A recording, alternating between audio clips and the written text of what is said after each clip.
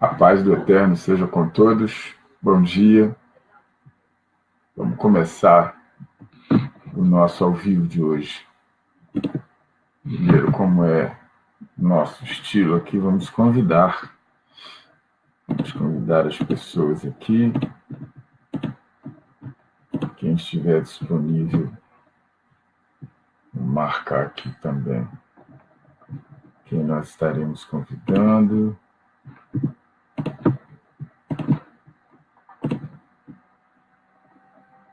Poxa, já tem um ao vivo, que bom. Glória a Deus. Vamos convidando. Vamos ver quem é que está por aqui.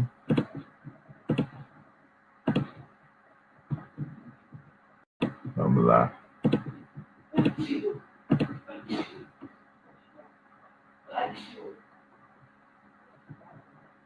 Vamos vendo aqui. Quem mais? Vamos ver aqui. Mary Barbosa. Vamos ver aqui.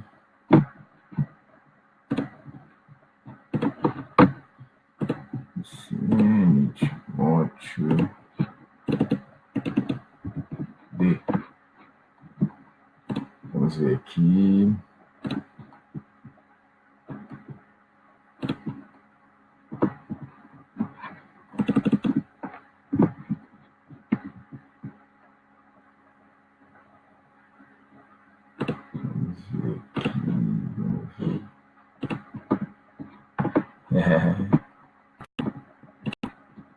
Vamos ver quem é que está aqui.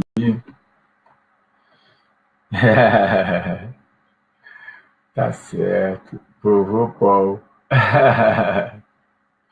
Vovô Júris. Vovô Júris. Bom dia, Mary. Bom dia, Elisa. Bom dia para todos vocês. Graças a Deus. Vamos lá.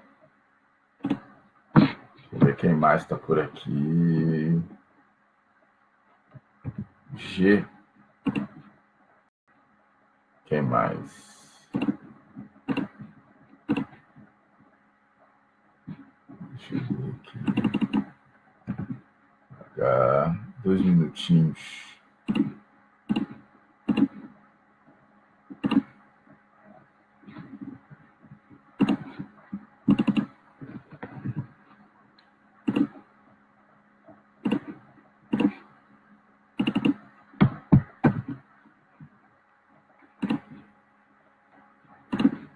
Mais um bocadinho. Vamos ver aqui. JP.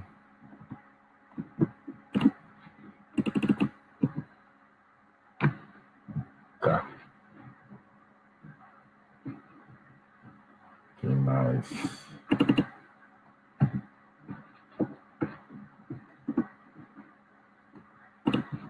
Essa aqui. Lúcia. Quem mais aqui? Esse aqui. Este.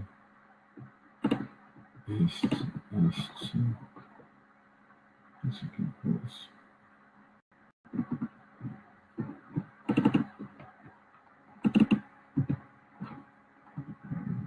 Aqui.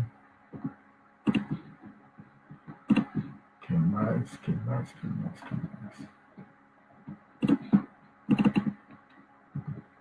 Vamos ver quem mais aqui.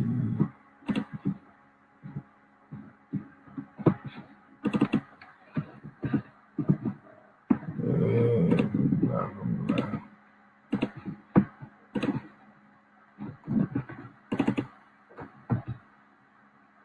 4 minutos. Tem mais aqui.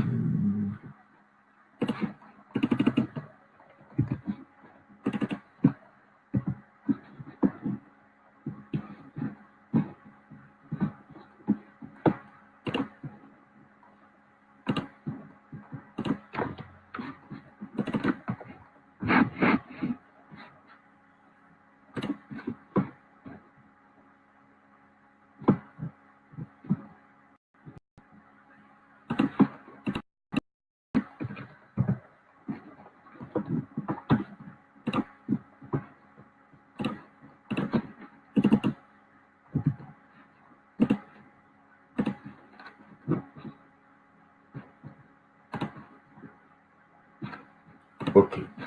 Já concluímos aqui. Bom dia, Carminda entrou também.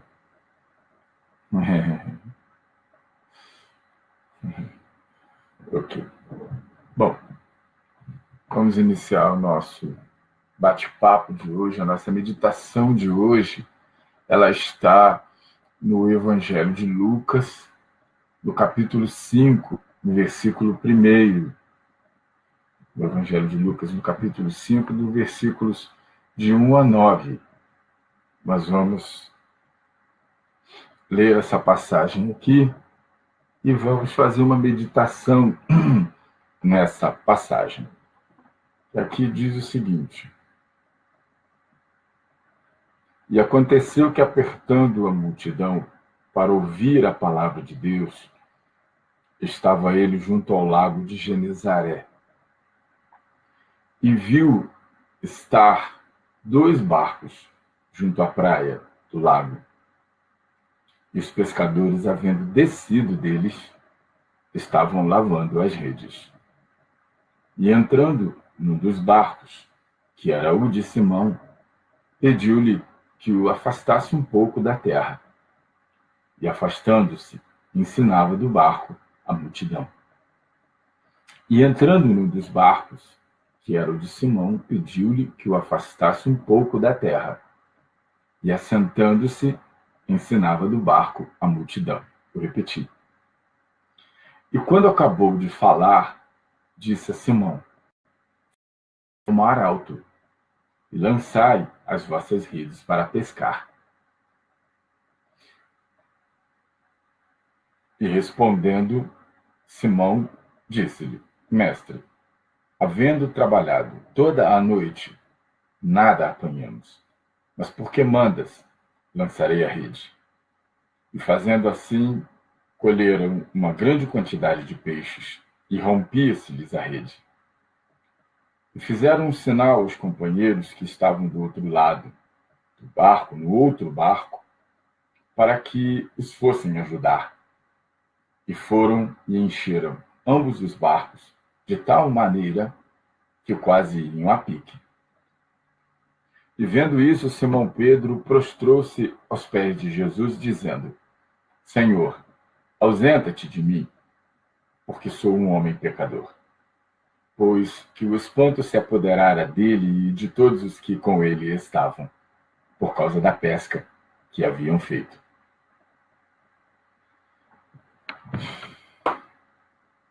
É sobre esse texto que eu estou convidando vocês para nós fazermos a nossa meditação desta manhã. Então vamos orar. Amantíssimo Deus e eterno Pai, Deus Altíssimo, Eterno, Todo-Poderoso, bendito seja teu santo nome, bendito seja o Senhor por esta manhã, bendito seja o Senhor que reina sobre o universo, os céus e a terra. Nós te agradecemos pela vida de cada pessoa que está nos ouvindo, pela vida de cada pessoa que está nos assistindo e pela vida de cada pessoa que haverá de nos assistir, para que esta palavra ela seja sempre revestida de poder sobre aqueles que a ouvirem em qualquer tempo, porque não há tempo para a tua palavra, o teu poder, porque de eternidade em eternidade tu és Deus. Passarão os céus e a terra, mas a tua palavra não passa. Por isso te pedimos que o poder desta palavra fique com ela, para que todos aqueles que a ouçam se apoderem, tome posse deste poder e possam ter uma experiência com o Senhor. Te agradecemos em nome do Senhor Jesus. Amém. Meus amados, aqui nós vamos ver que é uma passagem ainda no ano da inauguração. O Senhor Jesus, o ministério do Senhor Jesus, ele é dividido em 3 etapas, segundo os teólogos. Dividem o ministério do Senhor Jesus em 3 etapas. Primeiro é o ano da inauguração. O segundo ano é o ano da popularidade. E o terceiro ano, que falam que é 1 ano e meio, seria o ano da oposição. Então, na realidade, nós estamos aqui contextualmente, nós estamos, segundo o Evangelho de Lucas, Jesus estaria ainda no seu primeiro ano, ou seja, seria o ano da inauguração. É o ano em que ele vai começar a reunir os seus discípulos. É o ano em que o Senhor vai começar a mostrar externamente a sua divindade, a sua messianidade. Então, é interessante a gente observar aqui, meus amados, que Jesus, ele chega na praia, ele estava em determinado lugar, provavelmente ninguém sabe bem ao certo se era Cafarnaum, se era Genezaré, ninguém sabe ao certo. A questão é que ele estava ali na praia e junto ao lago de Genezaré. Por que se fala lago de Genezaré? Eu gostaria que vocês soubessem, tivessem informação, e eu tenho certeza que muitos têm essa informação, de que o Lago da Galileia, que se fala Mar da Galileia, na realidade é um lago. Ora, a Bíblia se refere a Lago de Genezaré, parece que é em outro lugar, mas não, é lá mesmo na Galileia, é o mesmo lago. Então, na realidade, o que nós vamos verificar é que o Lago da Galileia, ele tem um formato retangular. São 24 quilômetros de comprimento por 12 de largura. 24 quilômetros de comprimento e 12 de largura. Então, é um lugar absolutamente incrível, extenso, é um lugar, está lá até hoje, não tem a menor dificuldade, basta você digitar no Google, que você vai ver, no YouTube, você vai ver vários vídeos com o Lago da Galileia. E esta passagem aqui, ela aconteceu exatamente nesse lugar. E as pessoas que vão para Jerusalém nos dias de hoje, elas, infelizmente, têm muito poucos lugares de identificação onde provavelmente os pés do Senhor tocaram. A própria cidade de Jerusalém já não é mais a mesma. Ela foi destruída, reconstruída várias vezes. E essa Jerusalém que aí está atualmente, mesmo a parte histórica, que tem alguns pedacinhos do Antigo Templo, também já não é mais o mesmo lugar aonde o Senhor pisou. Principalmente a chamada Via Dolores, ou Via Dolorosa, em latim, que seria o caminho onde o Senhor percorreu. Eu estou fazendo só essa introduçãozinha aqui, para me estender muito, não. Porém, o Senhor estava ali na praia. E o que acontece é que ele olha, e o que ele vê? Ele vê duas situações. De um lado, ele vê a multidão, são duas situações simultâneas. De um lado, ele vê a multidão se aglomerando, ele vê a multidão se formando. Por quê? Porque ainda no tempo da popularidade, Jesus ele começou a dar mostra da sua messianidade. Ele, na realidade, ele vai iniciar o seu ministério fazendo o famoso milagre da transformação do vinho da água em vinho, que aconteceu em Caná. Caná é uma cidadezinha, era uma vilazinha bem perto, ali na região da Galiléia, e bem próxima de Nazaré. Então, tudo que acontecia de extraordinário nesses lugares, aquilo ali se espalhava. Era de boca em boca. Não tinha internet, não tinha WhatsApp, não tinha Facebook. Então, era de boca em boca. Quem estava lá, eventualmente, ia para um lugar, chegava lá, tratava de reunir o pessoal e comentava. Muito bem. Pois bem, Jesus olha, quando a multidão começa a ver, aquele ali é o homem de Deus, aquele ali é o profeta, aquele ali... Então, cada um tinha uma coisa a respeito de Jesus. Eles começavam a se aglomerar. Isso de um lado. E de outro lado, o que ele vê? De outro lado, ele vê 2 barcos chegando. Ele vê esses 2 barcos chegando, e nesses 2 barcos ele observa uma coisa.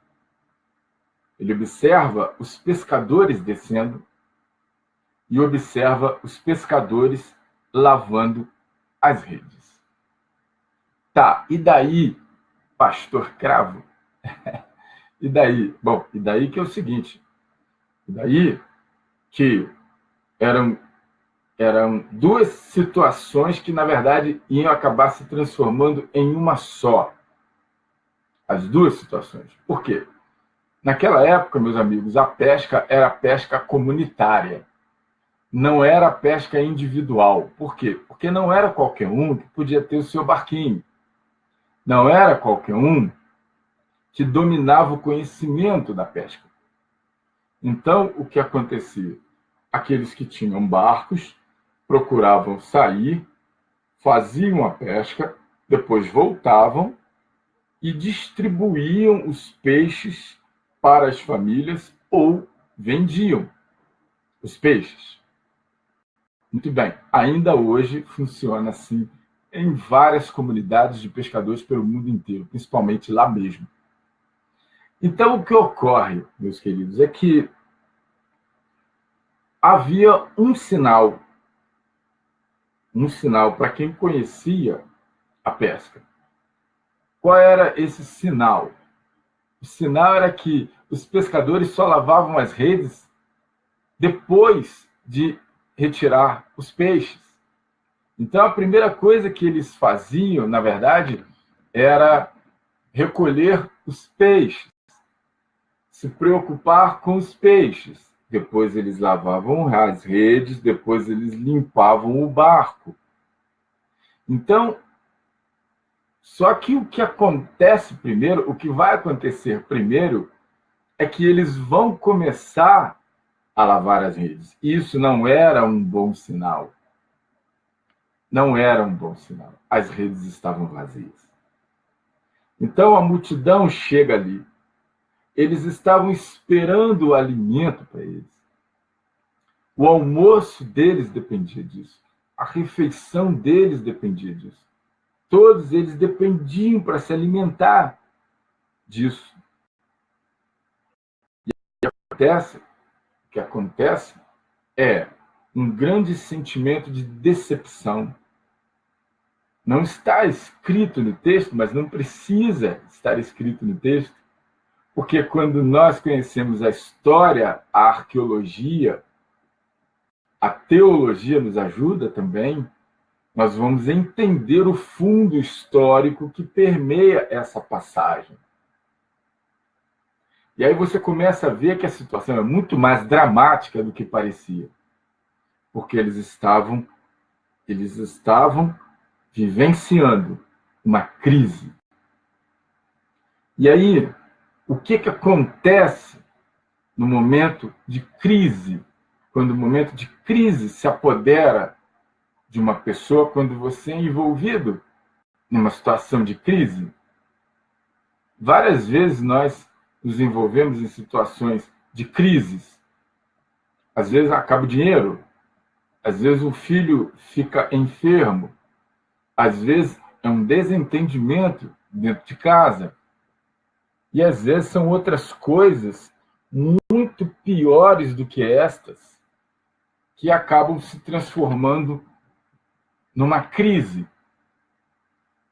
E aí é interessante que pode parecer que Jesus tenha ficado indiferente, mas na realidade ele não ficou. E é provável, muito provável, que as pessoas tenham olhado para Jesus e tenham ficado olhando para ele, esperando que ele tomasse alguma atitude sensacionalista. E aí a palavra vai nos dizer que ele olha para os dois barcos, escolhe um barco e entra nesse barco. Olha bem, ele não escolhe uma pessoa, ele escolhe um barco e entra nesse barco. E aí você vai me dizer assim, mas foi por acaso, ele escolheu o barco e esse barco era de Pedro. Ok, Deus não faz nada por acaso. Deus não faz nada por acaso. Ele escolheu o barco que estava mais disponível para ele. Jesus vai escolher o barco que está mais disponível. E Deus faz da mesma forma com a nossa vida. Dentre várias pessoas que estão passando por situações difíceis, Deus vai escolher aquela que está mais disponível para ele. Olha só. Por quê? Porque nem todo mundo está disposto a receber. Até para receber, você precisa estar preparado. Não é de qualquer maneira. Sabe por quê? Porque quando a pessoa recebe de qualquer maneira, ela sai por aí dando glória a um monte de coisa. E Deus não divide a sua glória com ninguém. O maior motivo para Deus fazer o milagre na vida de uma pessoa, o maior motivo não é necessariamente a necessidade dela ser maior ou menor do que a de outros. Não. O maior motivo para Deus fazer um milagre na vida de alguém é a maior disposição que aquela pessoa tem de reconhecer a majestade de Deus na vida dela, de reconhecer que foi Ele quem fez, que não foi ninguém, que não foi homem nenhum, que não foi pastor nenhum, mas que foi Deus. Isso, para Deus, é fundamental, porque Deus não divide a sua glória com ninguém. Então, se você precisa de um milagre de Deus, comece a entender uma coisa. Você precisa estar disposto a dar glória a Deus na sua vida. E dar glória a Deus na nossa vida significa você se submeter a Ele. Nem todo mundo está disposto a se submeter a Deus. As pessoas querem ter liberdade para fazer o que elas quiserem. Mas a Bíblia diz, sujeitai-vos a Deus, resisti ao diabo, e ele fugirá de vós. O diabo vai fugir, você vai resistir a ele e vai conseguir, mas primeiro você tem que se sujeitar a Deus, porque nós não temos poder nenhum. E aí, o que nós começamos a entender que Jesus escolheu o barco que estava mais disponível. E é interessante que esse barco é de Pedro. Veja bem, Simão Pedro. Esse era o nome grego de Simão. Shimon Bar Ioná. Então, quando a gente vai analisar esse nome, Simão, quando nós vamos analisar esse nome, essa palavra no hebraico, nós vamos encontrar que essa palavra, ela vem de uma outra palavra, de um verbo. Este verbo é chamar, ou shema. Lembra que fala, ouve, ó Israel, O Senhor nosso Deus é um. É a famosa frase do Shema. Na realidade é Shema ou Shema. Então a palavra de Simão, Shimon, no hebraico, ela tem origem deste verbo, dessa palavra. Shema significa aquele que ouve. Aquele que ouve. E observe bem a atitude de Pedro. Por quê? Além desta palavra, ouvir significa atender. No hebraico, dar ouvidos. Quem tem ouvidos, ouça o que o Espírito diz às igrejas. Ou seja, não é só ouvir, mas é atender. Então, quando uma pessoa atende, na linguagem bíblica se diz deu ouvidos. Então, Jesus vai escolher justamente aquele que estava mais disponível a dar ouvidos, a atender, a obedecer. E não é à toa que lá atrás, lá no Velho Testamento, Deus vai falar com o profeta Samuel a respeito de um problema que Saul tinha. O problema de Saul era um cara quase perfeito, bonito, altão, grandão, forte, guerreiro. A questão era que Saul tinha um problema. Qual? Saul era arrogante. Ele era ególatra. Já ouviu falar do ególatra? Ego vem de eu mesmo. É o idólatra de si mesmo. É a pessoa que se idolatra. É a pessoa que coloca a sua vontade acima de qualquer coisa e acima de qualquer pessoa. Ninguém convence essa pessoa. É o ególatra. Ele se idolatra, ele é o melhor. Ególatra também costuma dizer o seguinte: ególatra, bom dia, primo. Ególatra também é o alcoólatra de si mesmo. É um camarada viciado nele. Já ouviu falar? Vocês já devem ter conhecido. Bom dia, Silvana Rezende. Você já deve ter conhecido alguém que se embriaga em si mesmo. O camarada não, porque eu sou assim, porque eu sou assado. Isso é muito comum nas profissões. Nós encontramos aí pessoas que se botam no nível acima. Então, o que nós estamos falando, justamente, que Saul, o rei, ele tinha esse problema.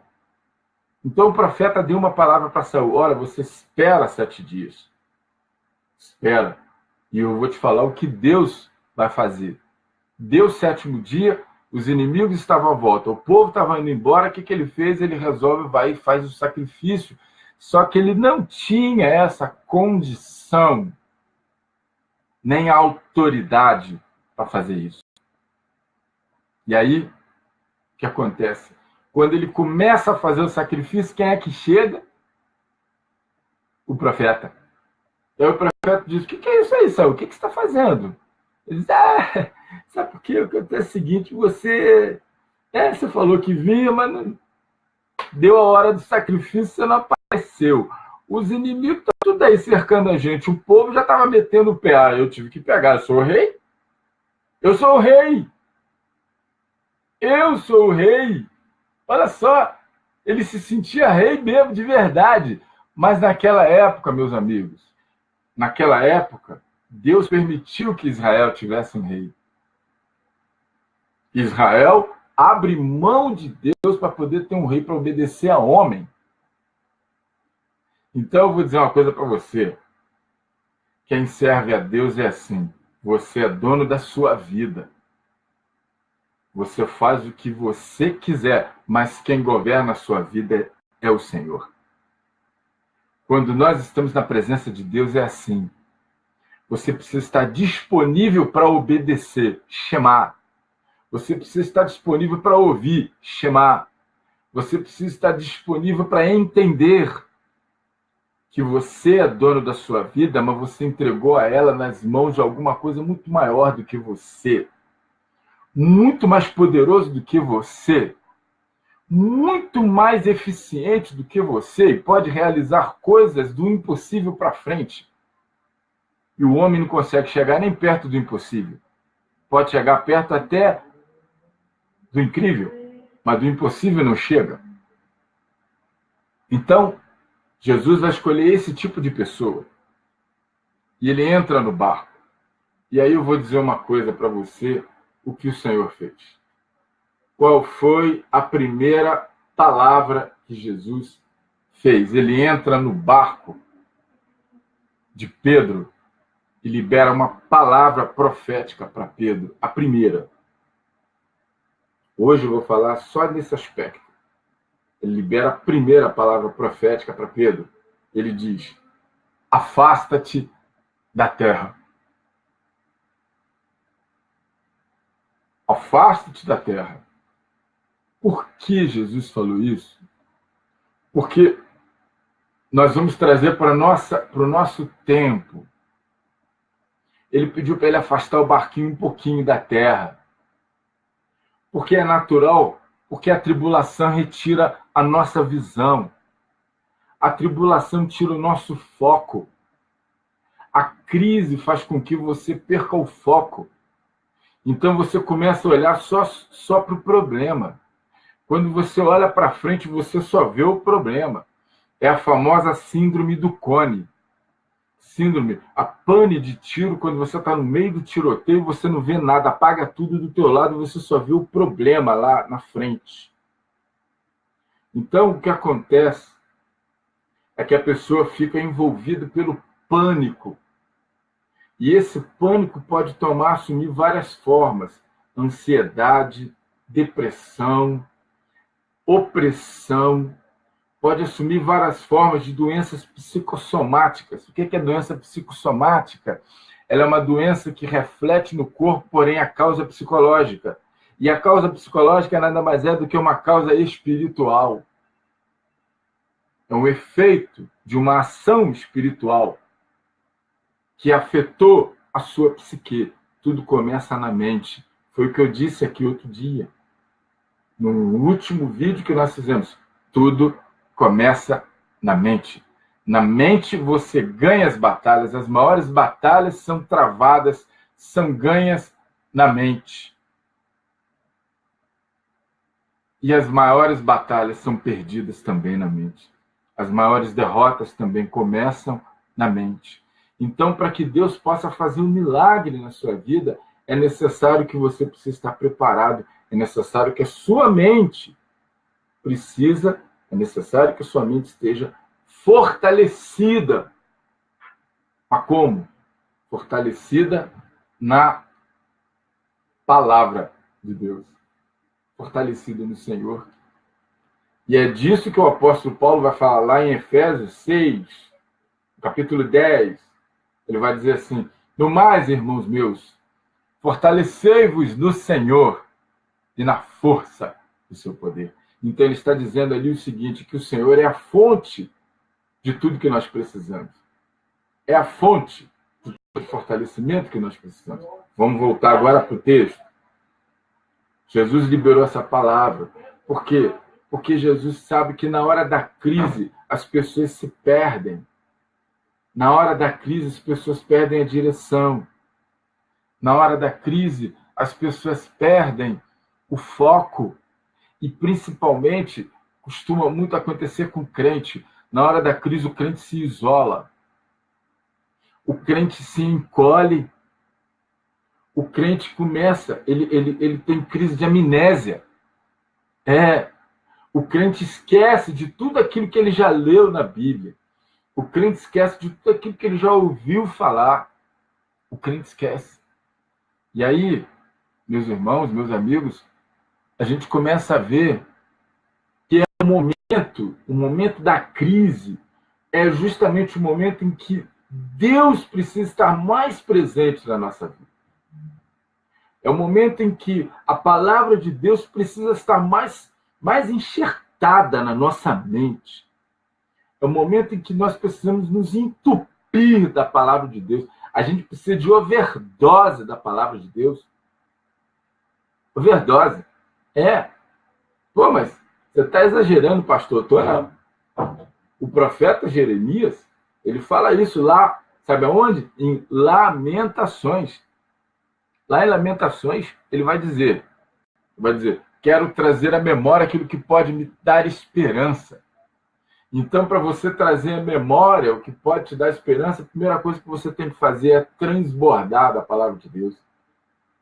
O Salmo 23 fala a esse respeito. Preparas uma mesa perante mim na presença dos meus inimigos.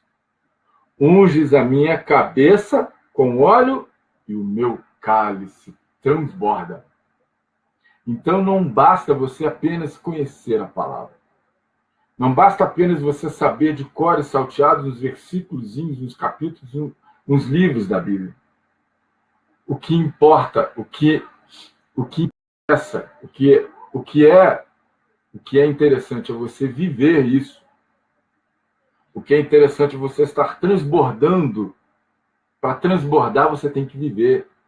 Transbordar é algo mais de você conhecer. Então, não basta só você conhecer, você tem que ter um relacionamento, uma experiência de intimidade, de convivência. Então, foi justamente a esse respeito que o profeta falou. Quero trazer à memória aquilo que pode me dar esperança. Para você poder trazer à memória, você tem que estar enxertando informação na sua memória. É assim. E foi a esse respeito que o apóstolo Paulo também fala lá em Romanos 12, 2.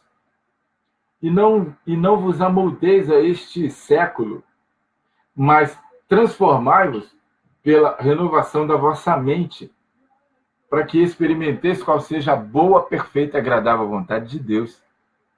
Então, para você poder alcançar uma transformação, que transformação é essa? Que transformação é essa? Mudança é uma coisa que acontece do ponto de vista exterior, mas a transformação é uma coisa que acontece do ponto de vista interior. E aí eu vou te dar um aqui muito conhecido, que é a metamorfose, porque esta palavra transformação vem do grego metamorfo, que significa novidade, vida nova, nova forma de vida. Então, Paulo estava falando de uma coisa que tinha que começar por dentro e pela mente, pela mentalidade, pela maneira de você pensar, julgar, escolher e agir. Pela mentalidade que você conhece a pessoa. Você quer saber quem é essa pessoa? Vai ver o que ela está lendo. Você quer saber quem é essa pessoa? Vai ver o que ela está falando. Você quer saber quem é essa pessoa? Vai ver com quem ela está andando, vai ver o que ela está escolhendo para a vida dela. Aí você vai saber o que se passa na mente dessa pessoa. Então, Jesus escolheu aquele que estava mais disponível. Ele liberou uma palavra profética: afasta-te da terra. Por quê, meus amigos? Existem momentos que nós não vamos ver solução para os problemas da nossa vida estando com foco só no problema. Foi o que Davi falou: eleva os meus olhos para os montes. E aí ele se pergunta: de onde virá meu socorro? Por quê? Eu vou dizer para você o fundo histórico dessa passagem.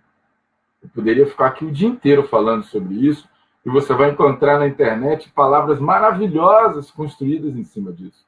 Eu quero passar para você o fundo histórico e geográfico para você mesmo poder entender. Você mesmo formular o seu entendimento. Em Israel, uma região montanhosa.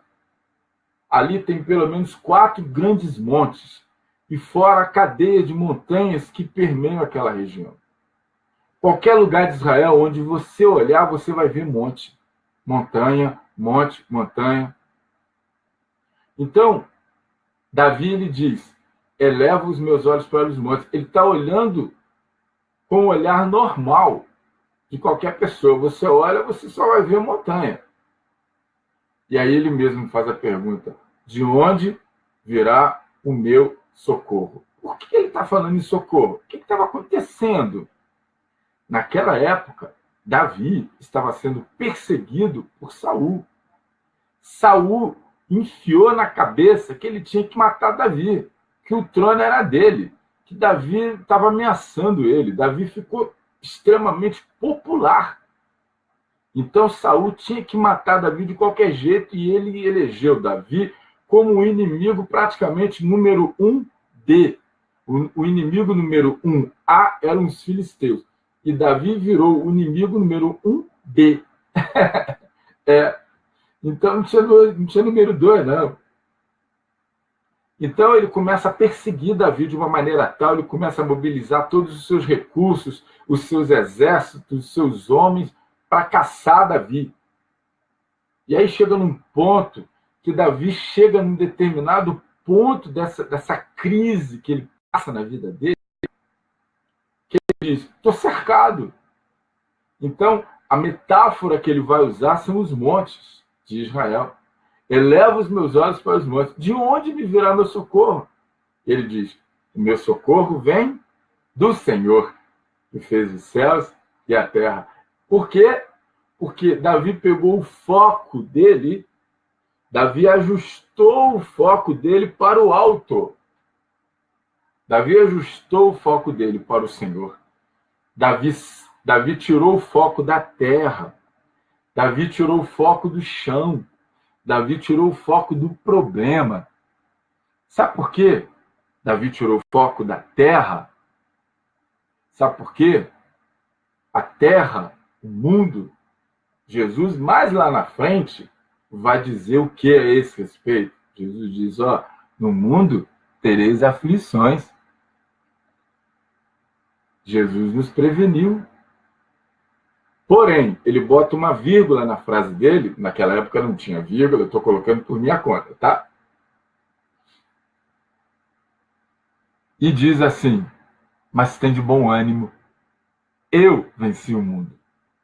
Então, quando você ajusta o seu foco para as coisas eternas, para as coisas espirituais, quando você ajusta o seu foco para o Senhor, primeira coisa que acontece na sua vida, você recebe paz. Paz. Mas como eu faço isso, pastor? Primeiro, você tem que se transbordar com isso que está aqui. Segundo, você tem que falar com Deus, desabafar. Você tem que sentar no divã de Jeová. Senta no divã. E aonde é o divã de Jeová? A oração. É na oração. Paulo vai falar a esse respeito lá em Filipenses 4, 6 e 7. Paulo vai falar, e não estejais ansiosos por coisa alguma. Antes, as vossas petições sejam em tudo conhecidas do trono de Deus. É ele falando, é o apóstolo falando. Ele diz, antes, as vossas petições sejam em tudo conhecidas diante de Deus, como? Primeiro, pela oração.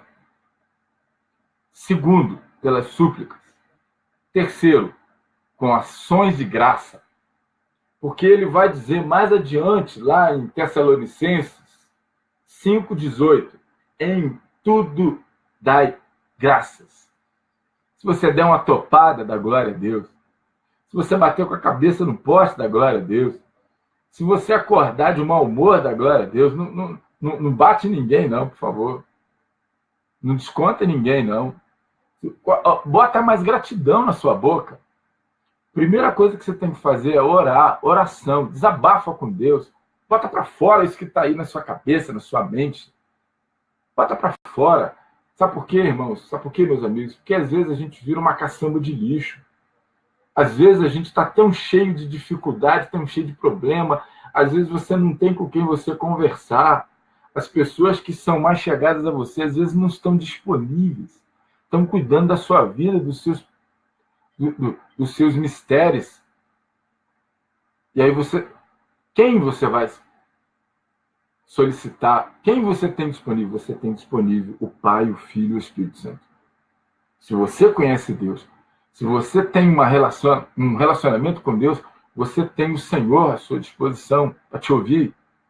Então é isso. Primeira coisa que tem para você se livrar dessa ansiedade, dessa depressão, dessa dificuldade, desse monte de lixo que colocaram na sua cabeça, é a oração e a gratidão.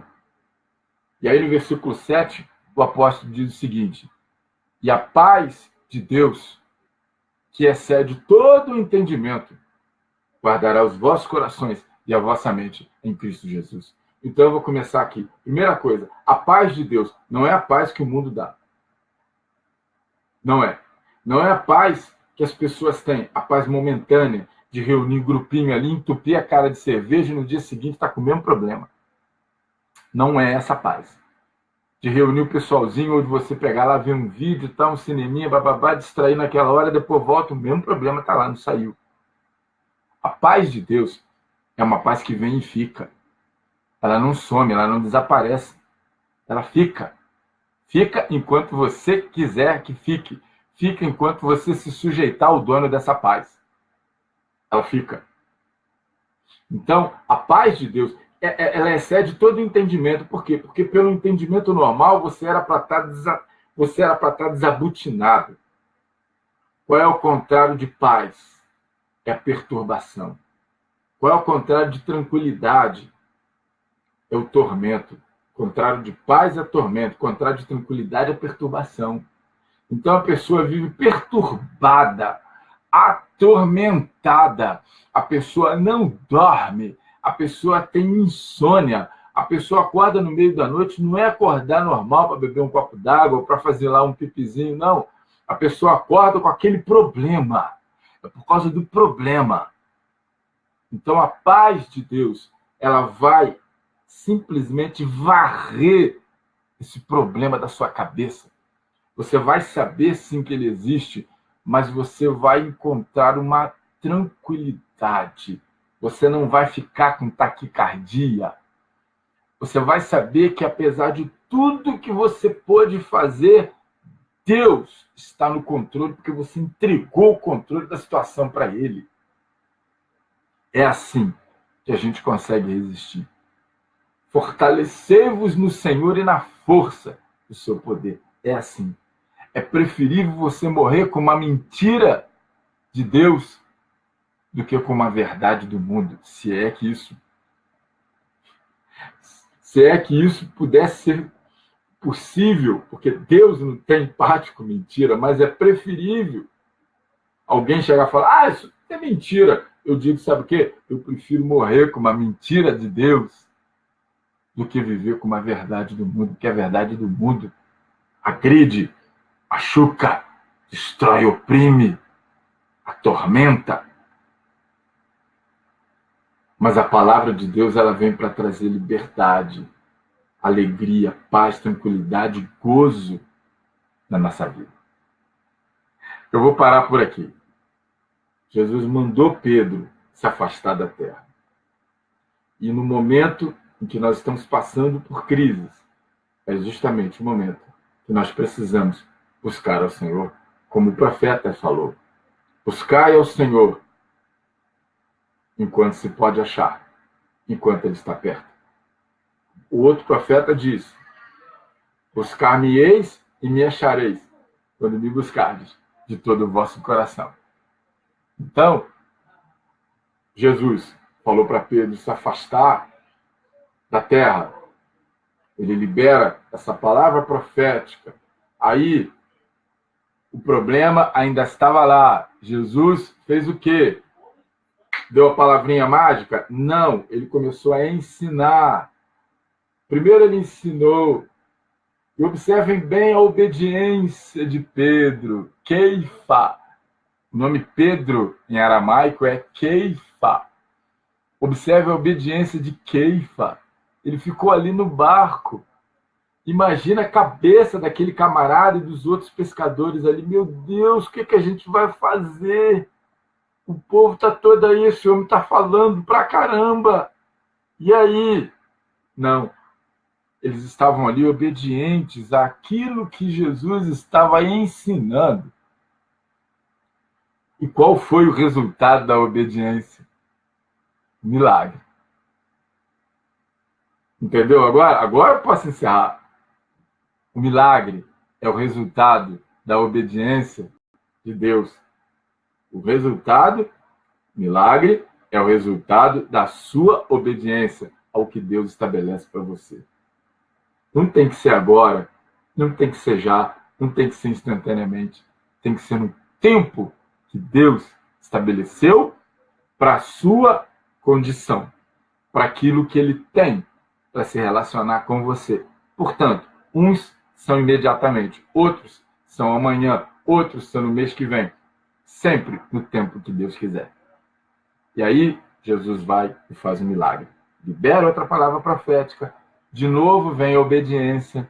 E aí, então, Pedro vê, a comunidade viu, todos presenciaram a maior pesca de todos os tempos, que nenhum deles já tinha vivenciado ou tinha ouvido falar a esse respeito. Fruto de uma maravilha de Deus na vida daquelas pessoas. Nessa manhã eu quero dizer para você que Deus também pode realizar uma maravilha na sua vida. Mas primeiro Deus quer tratar com você. Primeiro Deus quer tratar comigo e com você. Primeiro Ele trata com a gente.